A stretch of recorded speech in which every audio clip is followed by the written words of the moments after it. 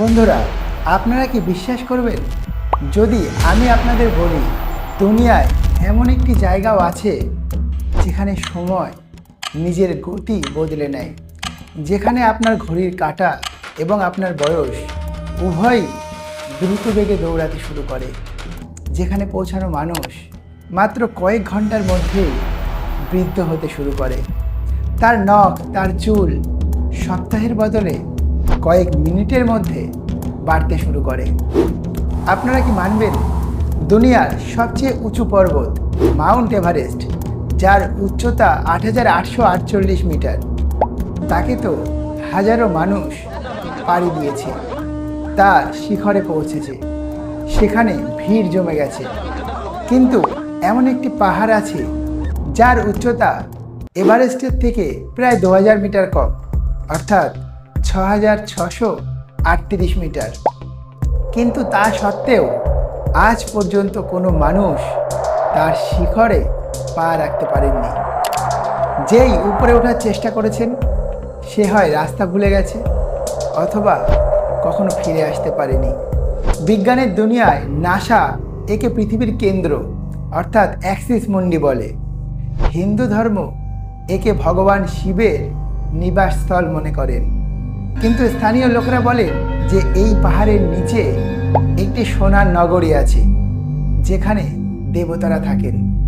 আজ অপ্রিয় সত্য এর এই ভিডিওতে আমরা কথা বলছি তিব্বতে অবস্থিত রহস্যময় কৈলাস পর্বতের। এমন একটি পর্বত যা পাথরের নয়, বরং না বোঝা রহস্য দিয়ে তৈরি। নমস্কার, আমার নাম সুদীপ ভট্টাচার্য। আজ অপ্রিয় সত্য এর এই কাহিনী অনেক অনেক গুরুত্বপূর্ণ। আজ আমরা আপনাদের এমন এক যাত্রায় নিয়ে যেতে চলেছি যা বিজ্ঞানের সীমানার বাইরে। আজ আমরা এটি জানতে চলেছি যে কেন দুনিয়ার সব পর্বতারোহীরা কৈলাসের সামনে হাঁটু গেড়ে দেয়। সত্যিই কি সেখানে ভগবান শিব সমাধিতে লীন আছেন, নাকি কোনো অদৃশ্য শক্তি আছে যা সবাইকে ওপরে যেতে বাধা দেয়? কৈলাস পর্বত, এই নাম শুনলেই চোখের সামনে বরফে ঢাকা একটি পিরামিডের মতো পাহাড় এবং মনে ওম নমঃ শিবায় জপ শুরু হয়ে যায়। কিন্তু কৈলাস শুধু আস্থার কেন্দ্র নয়, এটি এই ধরিত্রীর সবচেয়ে বড় রহস্য। সবথেকে আগে কথা বলি সেই প্রশ্ন নিয়ে যা প্রত্যেকের মনে আসে। আসলে কৈলাস পর্বতে চড়া অসম্ভব কেন? অনেকেই বলেন কৈলাস পর্বতের চড়াই খুব খারাপ, এখানে বরফ বেশি, চটানগুলো খুব পিচ্ছিল। কিন্তু এই তর্ক কি সঠিক? চড়া তো মাউন্ট এভারেস্টেও সহজ নয়, সেখানেও প্রতি পদক্ষেপে মৃত্যুর ছায়া থাকে। কিন্তু তা সত্ত্বেও হাজার লোক সেখানে চড়েছেন। এখন প্রশ্ন হলো, কৈলাসে কেন নয়? পর্বতারোহীদের অভিজ্ঞতার কথা শুনলে গায়ের রোগ খাড়া হয়ে যায়। বিংশ শতাব্দীর শুরুতে অনেক পশ্চিমী পর্বতারোহী কৈলাসকে পাড়ি দেওয়ার চেষ্টা করেছেন। তাদের এটি বিশ্বাস ছিল এটি শুধুমাত্র একটি পাহাড় এবং একে জেতা তাদের জন্য গর্বের বিষয়। কিন্তু যখনই তারা চড়াই শুরু করলেন, তাদের সাথে আজব আজব ঘটনা ঘটতে শুরু করলো। Colonel R C. উইলসন নামক এক পর্বতারোহী নিজের অভিজ্ঞতার কথা জানিয়েছিলেন। বলেছিলেন যে যখনই তিনি কৈলাসের চড়াইয়ের জন্য সোজা রাস্তা ধরলেন এবং আগে যাওয়ার চেষ্টা করলেন, হঠাৎ করে আবহাওয়া খারাপ হয়ে গেল। এতক্ষণ আকাশ পরিষ্কার ছিল, কিন্তু পলক ফেলার আগেই সেখানে ভয়ঙ্কর তুষারপাত শুরু হয়ে গেল। কুয়াশা এতটাই ঘন হয়ে গেল যে নিজের হাতও দেখা যাচ্ছিল না। তাদের মনে হলো হয়তো এটা হঠাৎ আবহাওয়ার পরিবর্তন। কিন্তু যখন হার মেনে নিচে নামলেন, আবহাওয়া একদম পরিষ্কার হয়ে গেল। পুনরায় রোদ বেরিয়ে এলো। উইলসন একে সংযোগ মানলেন এবং পুনরায় চড়ার চেষ্টা করলেন। কিন্তু ফের সেটাই হলো। যতবার উপরে যাওয়ার চেষ্টা করলেন, যেন এক অদৃশ্য শক্তি তাদের রাস্তা আটকে দিল এবং শেষে তাদের এটি উপলব্ধি হলো এই পাহাড় তাদের উপরে আসতে দিতে চায় না। যদিও সবচেয়ে ভয়ঙ্কর যাত্রা ছিল রাশিয়ার কিছু পর্বতারোহীদের একটি গোষ্ঠীর। সাল 1999 বা 2000-এর আশেপাশে রাশিয়ার 4 পর্বতারোহী ঠিক করলেন যে তারা কৈলাসের শিখরে পৌঁছিয়ে ছাড়বেন। তারা পুরো প্রস্তুতি নিয়ে এলেন। তারা চড়াই শুরু করলেন। তারা অনেক উপরেও পৌঁছে গেছিলেন। কিন্তু তখনই তাদের সাথে এমন কিছু ঘটল যা মেডিকেল সায়েন্সের জন্য আজও এক রহস্য। হঠাৎ সেই 4 পর্বতারোহী খুব দুর্বলতা অনুভব করলেন। তারা এক পাও আগে বাড়াতে পারছিলেন না। সবচেয়ে ভয়ঙ্কর কথা এই যে তাদের বয়স দ্রুত বাড়তে শুরু করলো। Rapid aging. কিছু ঘন্টার মধ্যেই তাদের চুল সাদা হতে শুরু করলো। নখ এত বড় হয়ে গেল যেন কয়েক সপ্তাহ ধরে সেটা কাটা হয় না। মুখে বলিরেখা আসতে শুরু করলো। ঘাবড়ে গিয়ে তারা নিচে নেমে এলেন। কিন্তু নিচে আসার পরও এই প্রক্রিয়া থামল না এবং কিছু মাসের মধ্যেই সেই 4 পর্বতারোহী বার্ধক্যের কারণে মৃত্যু হয়ে গেল। অথচ এরা সবাই তরুণ ছিল, ফিট ছিল। ডাক্তাররা অবাক ছিলেন যে কিভাবে কিছু ঘন্টার মধ্যে কোনো মানুষের বয়স কয়েক দশক বেড়ে যেতে পারে।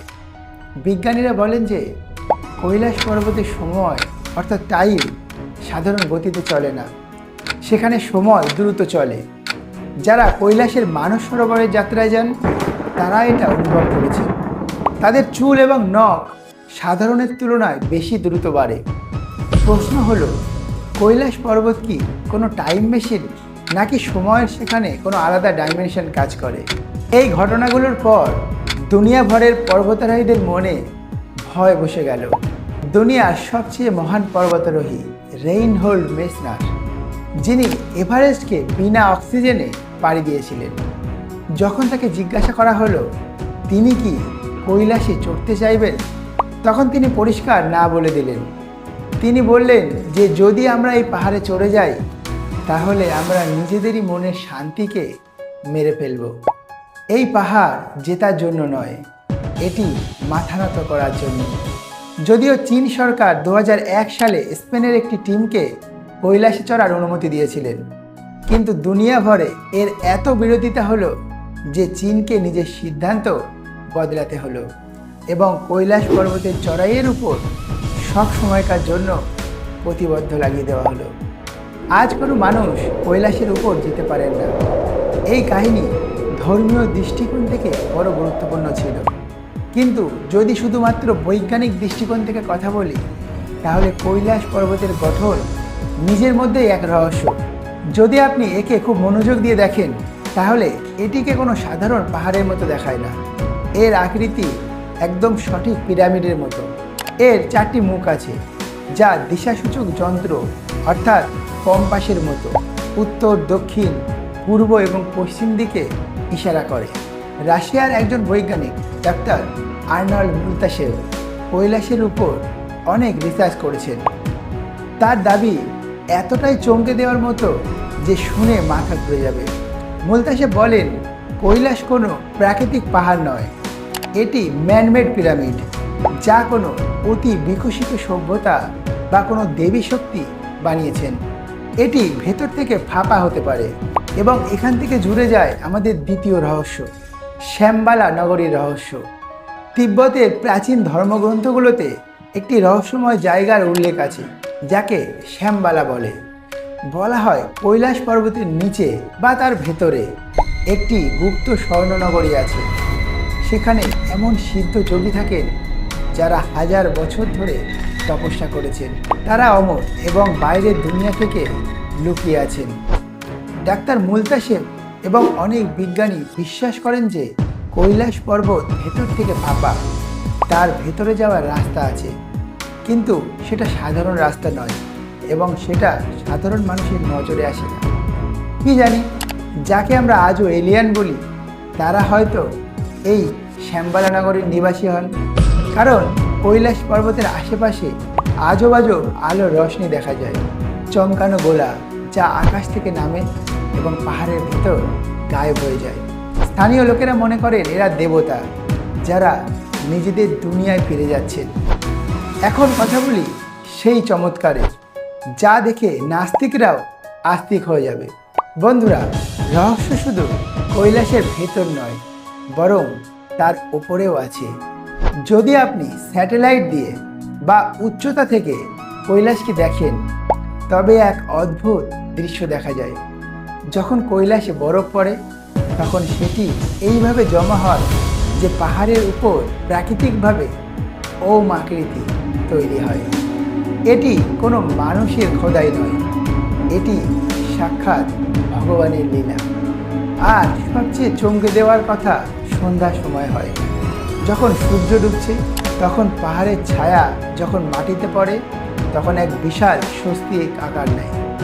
দুনিয়ায় হাজার পাহাড় আছে, লাখো পর্বত আছে, কিন্তু শুধু কৈলাসেই কেন ওম এবং স্বস্তিক?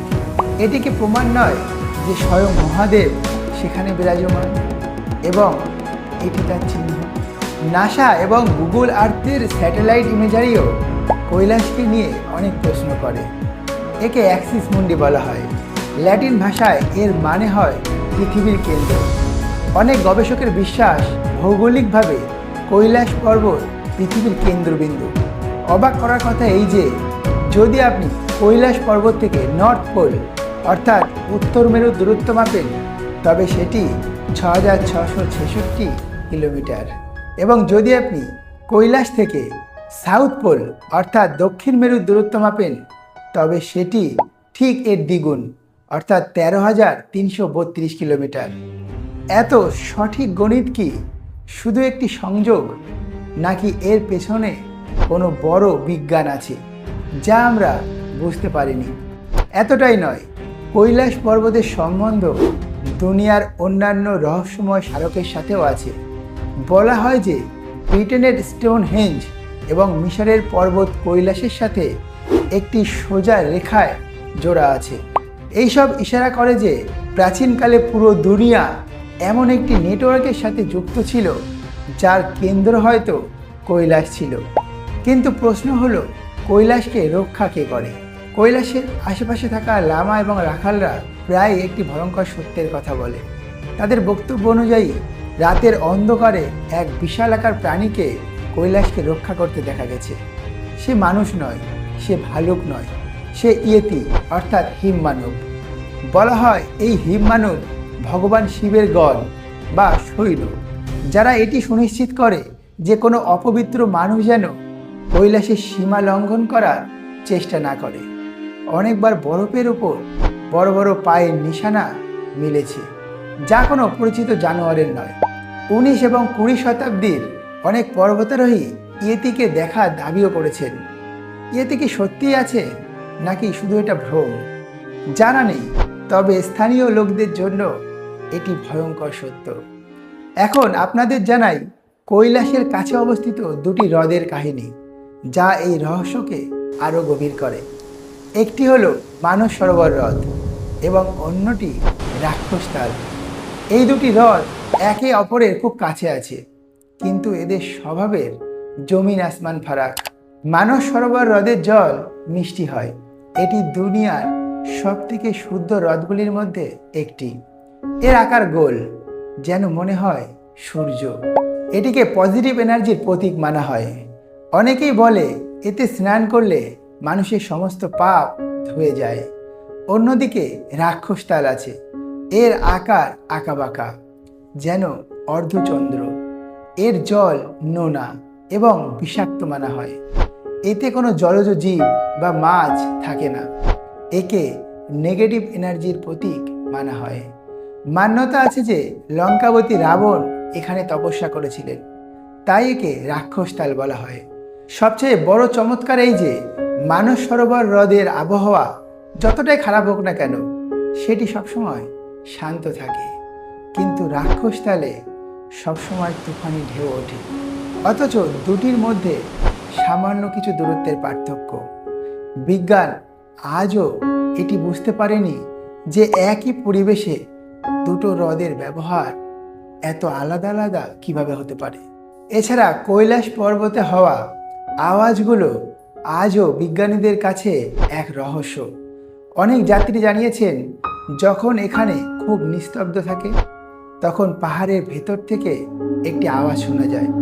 এই আওয়াজ কোনো এরোপ্লেন বা ডমরুর মতো হয়। যদি খুব মনোযোগ দিয়ে শোনা হয় তাহলে অনেকের কাছে এটি ওমের ধ্বনির মতো মনে হয়। বিজ্ঞানীরা বলেন যে হাওয়া এবং পাহাড়ের ধাক্কায় এই শব্দ হতে পারে, অথবা বরফ গলার আওয়াজ। যদিও ভক্তদের এটি বিশ্বাস যে এটি ভগবান শিবের ডমরুর নাদ, যা নিরন্তর ব্রহ্মাণ্ডে গুঞ্জরিত হচ্ছে। ইতিহাসে শুধু এক ব্যক্তির নাম আসে যার ব্যাপারে বলা হয় তিনি কৈলাসের শিখর পর্যন্ত পৌঁছেছিলেন। তিনি ছিলেন 11 শতাব্দীর এক তিব্বতী বৌদ্ধ যোগী মিলারেপা। কাহিনী অনুসারে মিলারেপার মোকাবিলা হয় এক জাদুকরের সাথে। দুজনের মধ্যে শর্ত লাগলো যে কে কৈলাসের শিখরে পৌঁছাতে পারবে সেই আসল গুরু মানা হবে। জাদুকর নিজের জাদুকরি ঢোলের উপর বসে উঠতে উঠতে উপরে যেতে লাগলেন, কিন্তু মিলারেপা সেখানেই নিচে ধ্যানে বসে রইলেন। যখন জাদুকর কাছে পৌঁছালেন তখন দেখলেন মিলারেপা আগে থেকেই সেখানে বসে আছে, হাসছেন। মিলারেপা বললেন তিনি শরীর দিয়ে নয়, বরং নিজের আত্মা এবং ভক্তির শক্তি দিয়ে এই চড়াই অতিক্রম করেছেন। এই কাহিনী আমাদের এটি শেখায় যে কৈলাসকে পা দিয়ে নয় বরং মন দিয়ে যেতে যায়। শরীর দিয়ে চেষ্টা করা লোকরা হয় হারিয়ে যায়, না হলে খালি হাতে ফেরে। কৈলাস পর্বতের ধর্মীয় গুরুত্বের কথা বললে এটি 4 ধর্মের সঙ্গম। হিন্দু ধর্মে একে শিবের ধাম বলা হয়, বৌদ্ধ ধর্মে একে ব্রহ্মাণ্ডের কেন্দ্র বলা হয়, জৈন ধর্মে একে অষ্টপদ বলা হয়, যেখানে প্রথম তীর্থঙ্কর ঋষভদেব মোক্ষ প্রাপ্তি করেছিলেন, আর তিব্বতের বৌদ্ধ ধর্মের লোক একে বিশাল শক্তির উৎস মনে করেন। 4 আলাদা আলাদা ধর্ম, কিন্তু আস্থার কেন্দ্র শুধু এক, কৈলাস। আরেকটি ইন্টারেস্টিং কথা যা কৈলাস সম্পর্কে বলা হয় তা হলো পর্বত নিজের জায়গা বদলাতে থাকে। অনেক পর্বতারোহী জানিয়েছেন তারা চড়াইয়ের জন্য যে রাস্তা বেছেছিলেন সেটি পরের দিন সেখানে ছিল না, রাস্তা গায়েব ছিল বা বদলে গেছে। এমন মনে হয় যেন পাহাড় জীবিত এবং কাউকে নিজের আশেপাশে আসতে দিতে চায় না। একে ভ্রামক বা মায়াবী পর্বত বলা হয়। এখন ভাববার কথা এই যে আজ মানুষ চাঁদে পৌঁছে গেছে, মঙ্গল গ্রহে ঘর বানানোর কথা ভাবছে, সমুদ্রের গভীরতা মেপে ফেলেছে, কিন্তু নিজেরই ধরিত্রীর উপর অবস্থিত একটি 6000 মিটারের পাহাড়ে সে পা রাখতে পারল না। এটি মানুষের অহংকারের উপর ভগবানের আধিপত্য। এটি প্রমাণ যে আমরা চাই যতটাই টেকনিক্যালি উন্নত করে ফেলি, কিছু শক্তি মানুষের বোঝার থেকে সবচেয়ে উপরে থাকবে। কৈলাস পর্বত আমাদের শেখায় সব জিনিসকে জেতা জরুরি নয়, কিছু জিনিসকে দূর থেকে প্রণাম করাই ভালো। এটি মর্যাদার প্রতীক। ভগবান শিব যিনি সংহারক, তিনি চান না মানুষ তার নোংরা চিন্তা এবং জুতো নিয়ে তার পবিত্র নিবাসকে দূষিত করুক। হয়তো সেই কারণেই এমন লক্ষণ রেখা টানা হয়েছে, যা পার করা কারো সাধ্যের কথা নয়। কৈলাসের দর্শন মাত্রই মানুষের ভেতর এক বদল আসে। যারা সেখান থেকে ফেরেন তারা জানান যে নিজেদের দুনিয়া খুব ছোট মনে হয়, অহংকার শেষ হয়ে গেছে, তারা শান্তি অনুভব করেন। হয়তো এটাই কৈলাসের আসল চমৎকার। চড়াই করে শারীরিকভাবে উপরে যাওয়া চমৎকার নয়, বরং সেখানে গিয়ে মানসিক এবং আধ্যাত্মিকভাবে উপরে ওঠা, এটাই চমৎকার। আজ যখন স্যাটেলাইট দিয়ে কৈলাসের ছবি নেওয়া হয় তখন প্রায়ই ভোলাতে আসে, আজব ছায়া দেখা যায়। গুগল আর্থেও অনেক লোক দাবি করেছেন কৈলাসের আশেপাশের নকশা কিছুটা আলাদা দেখা যায়। কি জানি, হয়তো সেখানে এমন কোনো পোর্টাল আছে যা অন্য দুনিয়ায় খোলে। রামায়ণ মহাভারত কালের দেবতারা আজকেও সেখানে সূক্ষ্ম শরীরে উপস্থিত আছেন। এই প্রশ্নগুলো সবসময় হয়তো প্রশ্নই থাকবে, আর হয়তো এদের জবাব না পাওয়াই ভালো। কারণ যেদিন কৈলাসের রহস্য খুলে যাবে সেই দিন আস্থা এবং বিশ্বাসের মানে বদলে যাবে। কিছু দরজা হয়তো বন্ধ থাকাই ভালো লাগে। তো বন্ধুরা, এই ছিল কৈলাস পর্বতের সেই রহস্যময় দাস্তান যা বিজ্ঞানকেও হাঁটু গেড়ে বসতে বাধ্য করে। একটি এমন পর্বত যা শুধু পাথরের কাঠামো নয়, বরং শক্তির এক জীবিত উৎস। এমন একটি পাওয়ার হাউস যা পুরো দুনিয়াকে চালাচ্ছে।